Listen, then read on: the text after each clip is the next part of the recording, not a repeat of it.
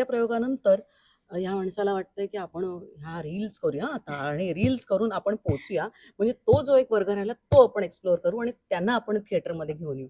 ही जिद्द असली पाहिजे, बरोबर. की झालंय, नाटक केलंय, होतायत प्रयोग, नाहीतरी चांगलंच बुकिंग आहे, प्रेक्षक नाही.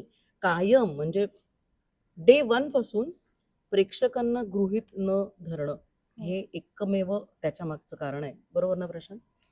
Definitely as a artist we are answerable ना. बरोबर. We should be answerable actually. We should be answerable. म्हणजे ₹500 तिकीट काढून आल्यानंतर जाताना किमान ते ₹500 आनंद घेऊन गेला पाहिजे. किमान नक्कीच. किमान विथ इंटरेस्ट झालं तर जवळजवळ ₹600. बरोबर. हां, म्हणजे तर माझं म्हणणं तेच असतं, की तुम्ही मुळात मराठी रसिक प्रेक्षक तिकीट काढून येतो नाटकाला हे महत्त्वाचं आहे. तुमचे एवढे OTT प्लॅटफॉर्म्स आहेत, एवढे न्यूज चॅनलचे मनोरंजनाचे न्यूज चॅनल मनोरंजनच झालेलं आहे. तर ते एवढे मनोरंजनाचे चॅनल्स आहेत तुमच्याकडे, तर ते सोडून तुम्ही तुमच्या नाटकाला येत आहेत.